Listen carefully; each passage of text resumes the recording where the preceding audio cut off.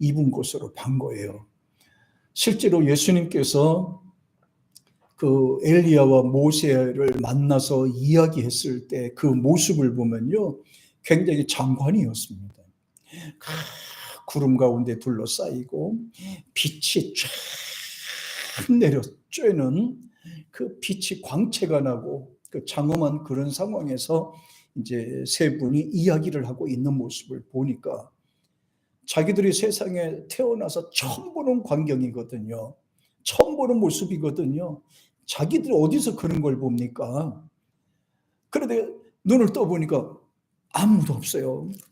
그 영광스럽던 예수님의 모습은 안 보이고 그 평상시 입고 다녔던 그 시커먼 옷, 그런 것만 입은 채로 계신 겁니다.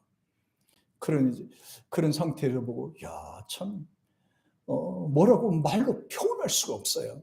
사실 주님을 봤다든가 체험했다든가 무슨 하늘나라의 광경을 이렇게 봤다든가 그걸 뭐라고 표현할 수가 없어요. 너무너무 좋기 때문에, 장엄하기 때문에 우리가 뭐라고 할 수가 없어요, 그거를. 그래서 천국에 갔다 오신 분이나 구경하고 오신 분들 이야기 들어보면요, 어떻게 말로 표현할 수가 없대요. 너무 아름답고 너무 황홀하고 장엄하고 빛 가운데서 있는 그런 모습들이 너무 좋더라는 거예요. 자기가 아무리 그걸 표현하려고 해도 표현을 할 수 없고, 그걸 표현한다 하더라도 세상에 있는 사람들은 그걸 믿지 못하는 거란 말이죠. 지금 베드로와 이 세 사람이 예수님의 그 모습을 보고 어떻게 표현했을까요? 겨우 한다는 소리가 기념관이나 3개 짓고 그 얘기만 하다가 혼난 부분이 더 있습니까? 근데 눈 떠보니까 다 사라졌어요. 그러면서 9절에 보니까 이렇게 됩니다. 그들이 산에서 내려올 때 예수님도 같이 내려오시는 거예요. 예수님이 저들에게 말씀하시는 거예요. 내가 이제 장차 십자가에 죽고 다시 내가 살아나기까지는 이 이야기는 누구한테도 얘기하지 말라 그랬어요. 그러니까 예수님이 철저하게 이거를 그 세 사람한테만 그렇게 경계를 한 거죠. 그러니까 이 세 사람의 입도 무거웠던가 봐요. 그렇게 막 촐싹거리지 않았던가 봐. 입이 무거웠기 때문에 아마도 예수님께서 그 세 사람을 데려가지 않았을까 이렇게 생각이 들었거든요. 그래도 예수님은 신신당부합니다. 내가 장차 십자가에 죽고 다시 3일 만에 부활하기까지 이 변화산에서 일어났던 내 모습하고 모세, 엘리야 이 얘기는 절대로 너희들만 알고 있지 하지 말아라. 개인적 체험으로만 알고 있어라. 그렇게 강조를 합니다. 그러면서 말하죠. 9절에서 내가 살아날 때까지는 이 본 것에 대해서는 아무한테나 얘기하지 마라. 그저 10절에 보니까 이 세 사람이 서로 마음에 두고 서로 얼굴을 쳐다보면서 이렇게 서로 얘기하죠. 문의하듯 그랬다 그랬잖아요. 문의하듯 하는 거는 서로 이제 이야기하듯이 하는 거예요. 이야기하듯이 하면서 야, 죽은 자가 다시 살아난다는 게 뭐지? 너 알아? 난 몰라. 내가 어떻게 알아? 형이 모르는데 내가 어떻게 알아? 죽은 가운데서 살아난다? 아무리 이해를 하려고 해도 이해가 안 되는 거예요. 예수님이 직접 죽으신 지 3일 만에 부활하시기 전까지는 죽은 가운데서 살아난다는 이야기는 이게 믿어지지 않는 거고 이해되지 않는 거예요. 그래서 예수님께서는 철저하게 그 부분에 대해서는 함구령을 시킨 거예요. 함구령을 시킨 겁니다. 사실 예수님의 엘리야와 모세와 이야기하는 모습을 보게 된 것은 흔한 일이 아닙니다. 지구상 땅덩어리 속에서는 아마도 이 지구의 역사 속에서는 아마 베드로, 야고보, 요한 이 세 사람 외에는 그 광경을 몰랐을 거예요. 변화산상에서는 그 세 사람만 봤잖아요. 주님의 계시도 마찬가지예요. 주님의 계시를 받는 것도 마찬가지. 왜냐하면 하나님 말씀은 들을 수가 있지만은 성경 말씀은 들을 수가 있지만 그 속에서 하나님의 음성으로 들어지는 것이 몇 소절이 안 되거든요.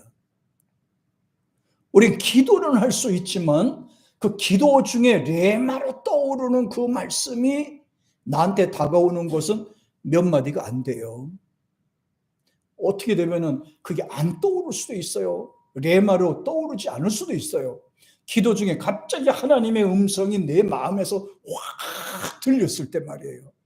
사랑하는 딸아, 이 소리가 내 안에서 들리는 거예요. 내 속에서 들리는데, 내 자아 속에서 이 음성이 들리는 거예요. 설교를 막 듣다 보면 설교 중에서 전부 다 그게 아니라 그 설교 중에 어떤 한 구절이 성령의 역사서서 팍 하고 내 안에 꼽힐 때가 있어요. 계시의 말씀으로 꼽힐 때가 있어요. 그때 하나님의 역사입니다. 하나님의 역사. 찬송을 많이 부른다고 전반적으로 다 응답이 되고 뭐 감동되는 것이 아니라 찬송을 자꾸 부르다 보면 그 속에서 하나님의 음성이 쫙 들릴 때가 있단 말이에요. 그때가 대박인 거예요. 주님을 만나는 시간이고 주님이 찾아오신 그 시간이 대박이에요. 대박. 그런 개인적인 체험을 통해서 사람들이 확신을 하고 주님이 살아계신 것을 확신하고 체험하게 되고 헌신하게 되고 목숨까지도 주님 앞에 내놓을 수가 있게 되는 겁니다. 그런 체험을 통해서 설교 중에서 기도 중에서 그러지 않을 경우에는 어떤 고난이나 환난이나 어려움이나 상처받는 속에서 그 속에서 주님의 음성을 들을 수도 있어요. 주님의 음성을 들었어요. 힘든 가운데서 갑자기 힘들고 어려운 가운데 너무너무 답답하고 어려운 가운데서 있을 때 갑자기 꿈에서라든지 환상 중에서라든지 말씀을 통해서라든지 갑자기 사랑하는 누구야, 걱정하지 마라, 내가 너와 함께 한단다, 내가 너와 함께 한단다. 이 짧음지만은 그 음성이 쫙 떠오를 때가 있단 말이에요. 그 음성을 들으면 대박이 된다니까요. 베드로 같은 경우에는 예수님이 직접 만나 주셨지만은 변화산상에서 체험하기 전까지만 해도 긴가민가 했어요. 실제적으로 예수님께서도 변화산상에 있는 역사도 개인적인 체험으로만 갖기를 원하셨어요. 떠들고 다니기를 원치 않았어요. 그래서 응답을 받을 때도 개인적인 것이 있고 공개적인 것이 있습니다. 하나님께서 은혜 받아서 내가 계시받은 사건을 혼자만 알고 있는 것이 있어야 돼요. 전체적으로 복음 전해야 되는 부분도 있지만 혼자 알고만 있어야 되는 것도 있어요. 비밀 같은 것도 있습니다. 실제적으로는 베드로는 언제부터 변화가 됐나요? 예수님의 부활하시고 난 후에 마가 다락방에서 체험하면서부터 그의 인생은 완전히 바꿔지게 됩니다. 놀라운 역사가 일어나게 되지요. 사도 바울 같은 경우에도 보세요. 그는 유대인 청년이었어요. 유대인 종교에 깊이 심취된 사람이었어요. 교육을 철저하게 받은 사람이었어요. 그런데 다메섹에 올라가다가 예수님을 만난 겁니다. 사울아, 사울아, 그 음성 세 마디에 그냥 꼬꾸라져 버리고 말았어요. 예수님을 만나면요. 그런데 그 주변에 같이 갔던 사람들은 예수님의 음성을 듣지 못했어요. 천둥 치는 거냐, 벼락 치는 거냐, 어떤 구름이 떠다니는 거냐, 자연 진동으로만 생각했는데 사도 바울한테만 사울아, 사울아, 사울아, 어찌하여 나를 핍박하느냐. 사도 바울만 그 음성을 들은 거예요. 다 듣는 게 아니에요. 같이 갔던 동료들은 못 들었어요. 바울만 들게 된 겁니다. 바로 이와 같아요. 설교 중에 다 은혜 받으면 얼마나 좋을까요? 그러나 그 중에 한두 소절이 내 가슴을 찌르는 것이 있다 이 말이에요. 그 말씀을 통해서 우리의 삶을 바꿔놓고 변화시키는 일이 생긴단 말이에요. 사도 바울은 다메섹 도상에서 주님을 만났습니다. 그 이후부터는 완전히 몰입을 했겠죠. 올인했어요. 주님의 믿고 전하는 일에 대해서 완전히 올인을 했습니다. 삭개오 같은 경우에 보세요. 돈 많은 부자입니다. 그런데 뽕나무 꼭대기에서 예수님을 만나고 난 이후부터는 완전히 사람이 달라졌어요. 예수님을 만난 그 순간부터 인생이 달라졌어요. 그게 예수님을 만나고 예수님이 주신 은혜 체험을 하게 되고 계시의 음성을 듣게 되고 말씀을 통해서 우리에게 주시는 성령의 역사가 우리에게 오면서부터 이렇게 달라지게 되는 겁니다. 히틀러의 경호원이었던 쿠르트라는 사람이 있었습니다. 히틀러는 참 무서운 독재자였죠. 독일에 전 세계에 흩어져 있는 유대인들을 600만 명이나 체포해서 죽였으니까 그렇게 무서운 사람이 없어요. 사상이 잘못된 사람들이 정권을 쥐게 되면 무서운 일이 벌어지는 겁니다. 국민을 우습게 여기게 되는 것입니다. 도둑놈 손에 칼이 들리면 어떻게 될까요? 도둑놈 손에 칼이 들리면 도둑질 하는 데 써먹어요. 강도한테 칼이 들려지면 도둑질 하는 데 써먹는 겁니다. 그런데 우리 엄마들의 손에 칼이 들려지면 반찬하는 데 써먹잖아요. 이와 같이 어떤 사람이 어떤 일을 갖고 어떻게 하는가에 따라서 인생이 달라집니다. 그 히틀러라는 사람이 참 문제가 참 무시무시한 사람이었죠. 그런데 그 히틀러가 잘못한 걸 알고 지금도 그 독일 국민들은 유태인들, 이스라엘 사람들한테 지금도 죄송스러운 마음을 갖고 있대잖아요. 근데 일본 사람들은 30년 동안 못된 짓만 했으면서도 사과 잘 안 하잖아요. 그래서 이 일본이 미워지는 거란 말이에요. 과거를 자꾸 왜곡시키려고 하니까 문제가 되는 거란 말이에요. 지나간 과거를 무시해버리니까 그게 욕먹는 거란 말이에요. 일본 사람들이. 독일 사람들은 인격적이고 신앙인이 굉장히 많아요. 3분의 2가 신앙인이에요. 그러다 보니까 지난번에 콜 총리인가요? 여성 총리도 보니까 목사님 딸이에요. 근데 총리가 되는 가가지고서는 또 헌화도 하고 이렇게 되죠. 못된 짓을 많이 하다 나중에는 이제 위급한 상황이 되니까 자살했어요. 히틀러가 자살했습니다. 근데 그 옆에 있던 경호원이 자기 운명도 그렇잖아요. 그래서 자기도 따라서 자살하려고 생각을 했다고 그래요. 자살하려고 생각을 하고 나가는데 발에 뭐 종이 같은 게 하나가 이렇게 걸리적거리더래요. 그래서 이렇게 보니까 전도지가 거기 있어요. 그래 전도지를 이렇게 보면서 어차피 죽으러 가는 거니까 전도지를 처음부터 끝까지 한번 다 읽어봤대요. 읽어보고 나니 거기에 수고하고 무거운 짐진 자들아 다 내게로 오라. 내가 너희를 쉬게 하리라. 주 예수를 믿으라. 그리하면 너와 내 가정이 구원을 받으리라. 그런 내용들이 딱 전해 있거든요. 그러니까 갑자기 죽으러 가던 사람이 자살하러 가던 사람이 그 전도지를 갖고 가까운 교회에 찾아가서 목사님과 면담을 하게 되는 거예요. 면담을 하고 이야기하고 그 자리에서 예수님이 영접하고 자살할 사람이 전도자가 돼버렸어요.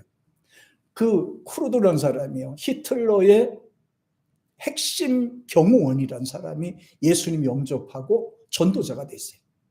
예수를 전하는 전도자가 되다가 그 다음에 이제 천국 갔단 말이에요. 예수님을 만나면 이런 변화가 일어난 거예요.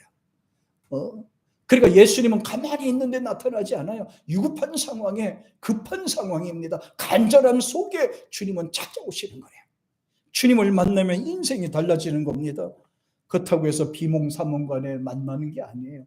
확실하게 나타나세요. 확실한 방법으로 주님은 나타나 주세요. 원래부터 예수님은 하나님이세요. 하나님이 인간의 몸을 입고 이 땅에 오신 겁니다. 이게 중요한 겁니다. 이걸 믿어줘야 돼요. 부활하신 예수님을 믿어줘야 돼요.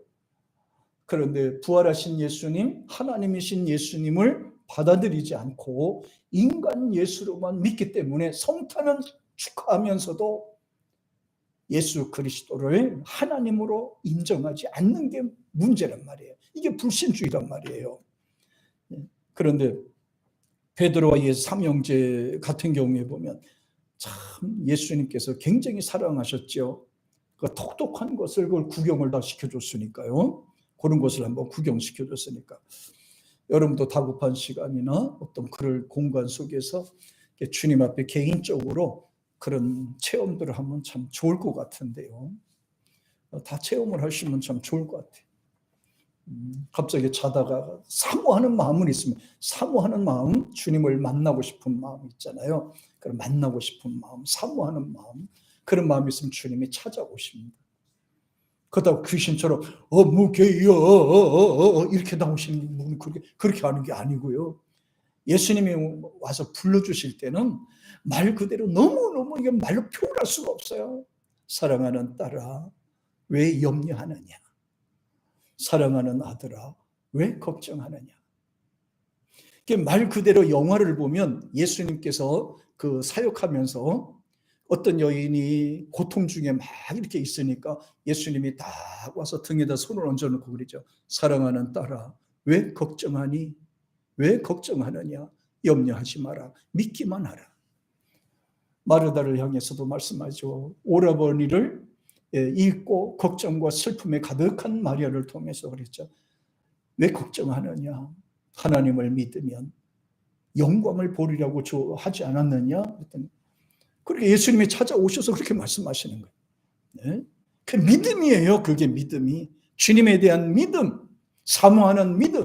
주님께서는 예를 들어서 시탈타나 공자, 맹자, 소크라스 이런 분들은 죽었어요. 그냥 죽고 걸 것이에요. 그냥 지옥 간지 어디 간지는 잘 모르겠어요. 그냥. 중요한 건 예수님은 죽으신 지 3일 만에 부활하셨단 말이에요. 살아 계신 분이란 말이에요. 우리가 기도하면 주님이 역사해 주시는 거예요. 기도하면 주님이 함께 해주시고 우리의 기도를 이렇게 연락해 주시는 거란 말이에요. 얼마나 감사합니까? 그래서 예수님을 하나님으로 믿는 것이 굉장히 중요하다. 신성을 발견하는 게 중요합니다. 믿음이 없는 분들은 예수님을 하나님으로 믿지 않고 인간 예수로만 자꾸 믿으려고 해요. 종교인으로만 자꾸 믿으려고 그래. 그렇게 하면 믿음이 안 들어갑니다. 예수님은 그것을 원하는 게 아니에요. 살아계신 예수님을, 살아계신 하나님으로 믿어주길 바라시는 거란 말이에요. 말씀이 육신이 돼서 우리 가운데 거하심에 요한복음 1장 14절에도 그 말씀을 하셨습니다. 그러니까 우리가 예수님을 하나님으로 믿고 받아들이는 것이 굉장히 중요하다. 성경 몇 구절 한번 찾아보겠습니다. 사도행전 18장에 보면 이런 내용이 담겨 있는데요. 자, 사도행전 18장 28절 같이 한번 보겠습니다. 28절이에요. 찾으셨죠? 시작. 이는 성경으로서 예수는 그리스도라 증언하여 공중 앞에서 힘있게 유대인의 말을 이기미러라. 예수는 그리스도라. 예수는 하나님이다 이 말이 아니에요. 그리스도는 구원자 메시아란 말이에요. 하나님이란 말이에요. 기름 부어 세웠다. 기름 부음 받았다. 세웠다 이 말이에요. 기름 부음 받았다 이 말이에요. 하나님이란 말이에요. 메시아란 말이에요. 그리스도란 말이 하나님이란 말이란 말이에요. 그래, 예수는 하나님이다. 예수는 그리스도다. 예수는 메시아다. 예수님은 죽은 지 3일 만에 부활하신 분이다. 이거를 믿는 게 중요하단 말이에요. 십자가에 죽으시고 무덤에 갇힌 예수님을 믿는 게 아니고 그 무덤을 깨시고 다시 부활하셔서 하나님 보좌 앉으시고 그 다음에 기도하는 자의 그 기도를 듣고 계시는 분으로 이렇게 합니다. 그러니까 유대인들이 아무리 떠들어도 사도 바울이나 베드로 이런 분들을 이길 수가 없는 거죠. 말로는 게임이 안 되죠. 고린도전서 1장 30절에 보면은 1장 30절에 보면 이렇게 또 나와 있습니다. 30절. 자, 보세요. 자, 찾으셨죠? 고린도전서 1장 30절이에요. 같이 시작. 너희는 하나님으로부터 나서 그리스도 예수 안에 있고 예수는 하나님으로부터 나와서 우리에게 지혜와 의로움과 거룩함과 구원함이 되셨으니. 그러면서 말하기를 합니다. 끝에 31절에서 이렇게 얘기합니다. 시작. 기록된 바 자랑하는 자는 주 안에서 자랑하라 함과 갖게 하려 함이라. 자랑하려고 그러면 주 안에서 자랑하라고 그랬어요. 주 안에서 살라는 것을 강조하셨어요. 보여. 하나님으로부터, 너희는 하나님으로부터 나서 그리스도 예수 안에 있고 예수는 하나님으로부터 나와서 우리에게 지혜와 의로움과 거룩함과 구원함이 되셨으니, 여기서는 하나님으로부터 나와서 그리스도 예수 안에 있고, 이제 유대인들을 대상으로 이제 하는 거예요. 유대인들은 하나님 믿는다고 하는 거니까요. 이제 하나님 믿는 사람들이니까 이제 다시 예수 그리스도 안에 있어야만 구원된다는 것을 여기서 강조하셨습니다. 그러면서 예수님은 그냥 믿고 끝나는 것이 아니라 예수님은 우리의 보증인이 되신다는 거예요. 언약에 대한 보증, 히브리서 7장 한번 보십시다. 자, 히브리서 7장. 예수님께서는 우리의 보증인이 되신다고 하셨어요. 자, 보십시다. 7장 22절에 있는 말씀입니다. 22절 찾으셨죠? 같이 시작. 이와 같이 예수는 더 좋은 언약의 보증이 되셨느니라. 그러니까 예수님께서는 단지 예수 믿고 천국에 가는 것으로, 보내는 것으로 끝이 아니라 우리에 대하여 구원받은, 십자가의 피를 흘려주시고 죄 사해 주시고 생명을 얻은 것에 대해서, 구원받은 것에 대해서 예수님은 보증인이 되신다고 말씀하셨어요. 예수 믿고 구원받은 거를 누군가 보증을 해줘야 되잖아요. 누군가 보증을 해줘야 되잖아요. 그냥 단순하게 예수 믿고 그냥 주님 앞에 간다, 그냥 주님께서 받아준다, 뭐 천사들 앞에서도 그냥 너 왔니? 얘는 어디로 가? 얘 어디로 가? 이렇게 하는 것이 아니고, 예수님께서 직접 천만, 천군, 천 수없이 많은 사람들 가운데서 주님이 나를 보증을 서주신다는 거예요. 보증하신다는 거예요. 얘는 내 거야. 얘는 내 자녀야. 얘는 내 믿었던 사람이야. 이렇게 보증해 주신다는 거예요. 예수님께서는 단순하게 믿고 가는 걸로 끝난 것이 아니고 예수님께서는 내 생명 전체를 보증을 해 주신대요. 얼마나 감사해요. 그래서 우리가 큰 소리 치고 사는 겁니다. 예수 믿고 큰 소리 치고 사는 거예요. 단순하게 예수 믿는 걸로 끝이 아니고, 예수 믿게 되면 예수님께서는 나의 보증인이 되주셔서 내 생명을 보증을 서주시는 거예요. 얘는 내 거다, 이렇게. 얘는 내 거다. 그래서 예수 믿는 사람들은요, 이제 뭐 귀신이나 점치는데 이런 데 가면요, 점 깨고 안 나오는 게 그래서 안 나오는 거예요. 예수님께서 다 보호를 해주시고 내 거라고 딱 이게 다 참을게 다 해주시는 거예요. 그러다 보니까 예수 믿는 사람들 앞에서는 귀신이 활동을 못하는 거예요. 점괘도 안 나오죠. 굿도 못하는 거야. 이제 굿도 안 되는 거예요. 귀신이 역사를 해야 굿을 하거든요. 그런데 예수 믿는 사람들이 서 있으면 굿도 안 돼. 이거 굿도 안 되고 점도 못 치게 되고 그렇게 되는 겁니다. 아마 예수님 믿는 사람들이 점치러 갔는데 점괘가 나오면 두 가지 중에 하나야. 가짜 그리스도인이든지 가짜 점쟁이든지, 그 둘 중에 하나가 될 수 있는 거예요. 그러니까 우리가 항상 예수님을 주님으로 믿고 고백하고 사는 것이 얼마나 중요하다는 것을 우리가 알아야 돼요. 우리가 기도하고 예배드리는 삶 속에서 산다는 게 이 악한 영들, 귀신들, 악한 영들로부터 보호받는다는 것을 우리가 알아야 돼요. 가정에서도 마찬가지. 예수 믿지 않으면 우리가 악한 영들에게 계속 피해를 받게 돼요. 정신적으로, 육체적으로 혼란을 받게 되고 굉장히 막 이런 힘든 어려운 일들을 당하게 되는데, 예수 믿는 사람들은 그런 게 없어요. 기도하고 찬양 부르면 그거 끝이야. 그냥 기도하고 찬양 부르면 그냥 평안한 거예요. 하나님이 지켜주시고 찬양 드리는데 뭐 걱정했어요. 찬양이 곧 곡조 있는 기도가 되는데 그냥 기도하고 나가면 되는 거예요. 자, 그래서 예수님이 보여주신 체험하게 하신 것은 큰 의미가 있습니다.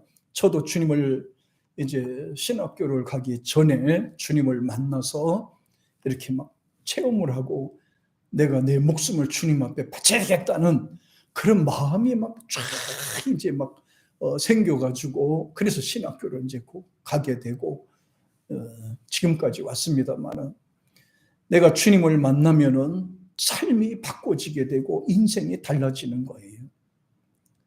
그 언제 주님을 만나느냐?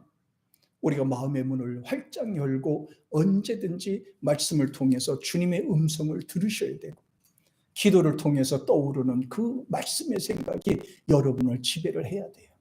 하나님의 주신 은혜와 평강이 여러분과 저의 마음속에 들어와 있어야 돼요. 기도할 때마다 그런 것이 나타나요. 찬양을 들었을 때도 기분 좋고 행복하고 즐거우면 돼요.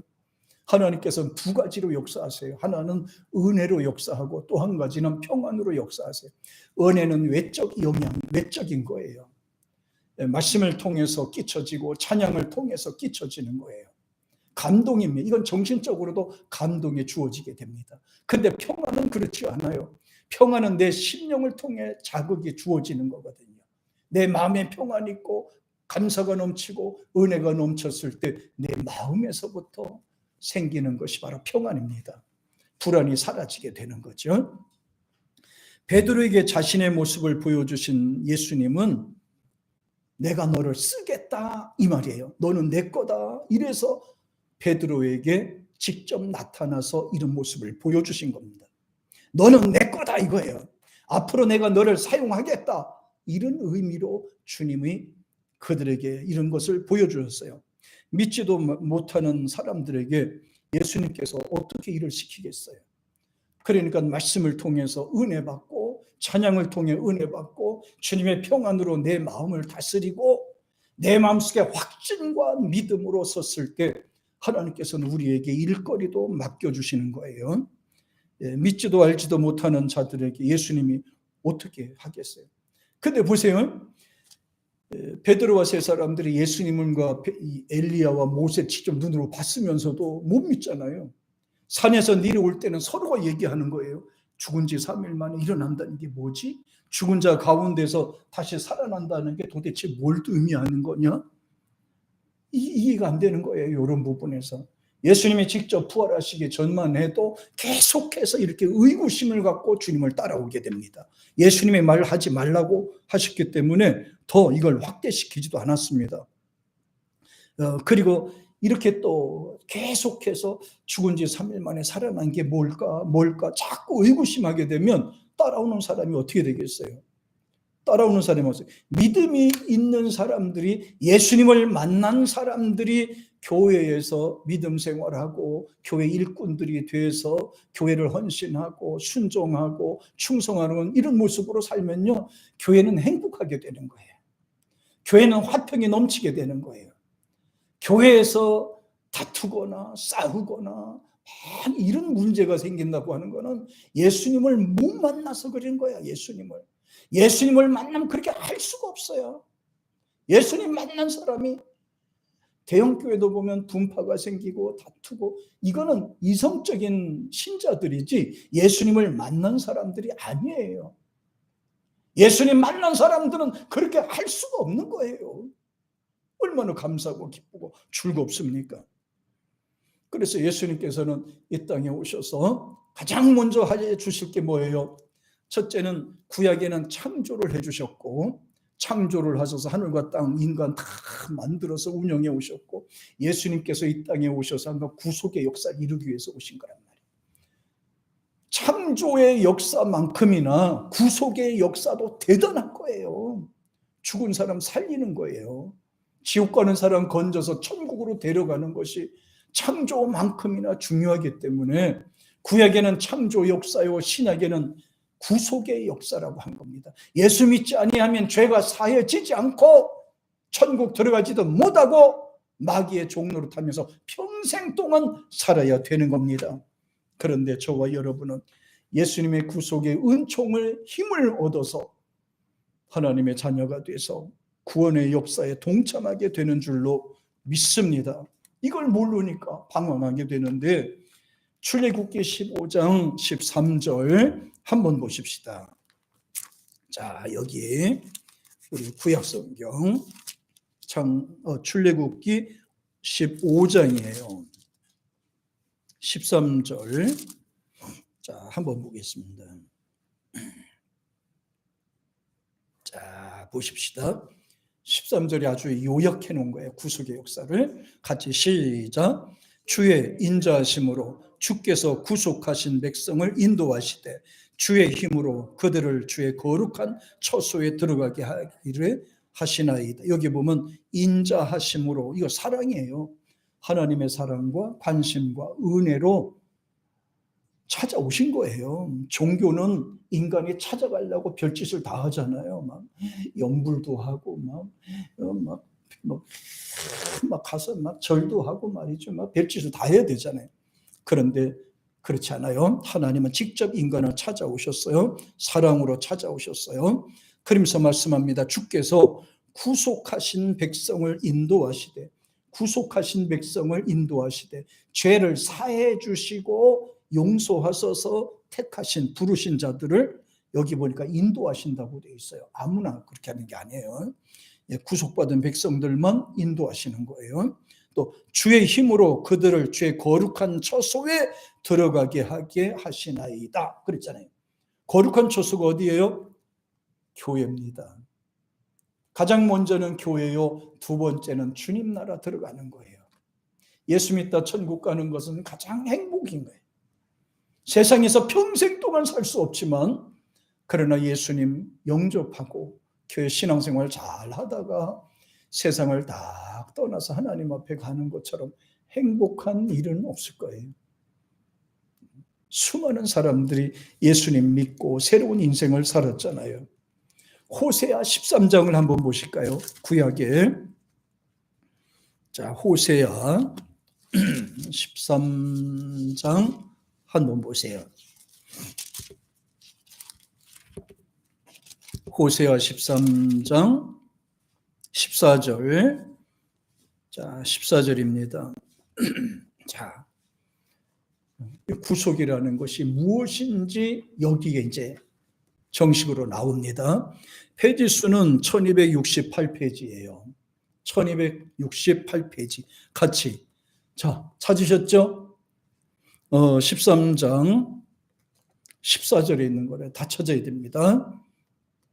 같이 시작. 내가 그들을 스울의 권세에서 속량하여 사망에서 구속하려니, 사망아 내 재앙이 어디 있느냐? 스울아 내 멸망이 어디 있느냐? 네 침이 내 눈앞에 숨으리라. 이야, 아주 여기 한 구절이 구속에 대해서 일목요연하게 정의를 막 탁 해놨네. 스울의 권세에서 속량하며 그랬잖아요. 속량이라는 말은 대가를 지불하고 건져냈다는 거예요. 주님이 우리를 그냥 건져낸 게 아니고, 하나님이 인간의 몸을 입고 이 땅에 오셔서 지불하셨잖아요. 십자가에 죽어주시고, 십자가에 죽지 않았으면 죄 사함이 없습니다. 예수님이 십자가에 죽지 아니하셨으면 구원받는 사람들 없어요. 예수님이 십자가에 죽으시고 우리는 예수 믿음으로 우리 죄가 사해진 거예요. 예수님이 희생양이 되셔서 이 땅에 오신 거예요. 십자가에 죽으신 거예요. 그래서 그를 믿는 자마다 어떤 은혜가 주어지냐? 속량의 은혜가 주어지는 거예요. 속량. 다시 말하면 이제 예수님이 희생하시고 우리를 건져주셨다 이 말. 용서하시고 우리를 대가를 지불하고 우리를 건져주셨다 이거예요. 스올은 지옥입니다. 지옥의 권세에서 우리를 건져주시고 이 말이에요. 지옥에서 우리를 건져주시고, 그러니까 예수님 꼭 믿어야 되죠. 예수 안 믿으면 안 돼요. 인간으로 태어나서 예수 안 믿으면 가장 비극한 인생이 돼버리고 말아요. 그러니까 예수 믿어야 돼요. 이건 선택의 고난이 없어요. 무조건 예수 믿어야 되는 거예요. 그러면서 말합니다. 스올의 권세에서 속량하고 지옥의 권세, 그 다음에 사망에서 구속하려니, 사망은 죽음이에요. 육신의 죽음, 죄가 유전된 상황이거든요. 그러니까 여기에 죽음의 권세에서 우리 구속해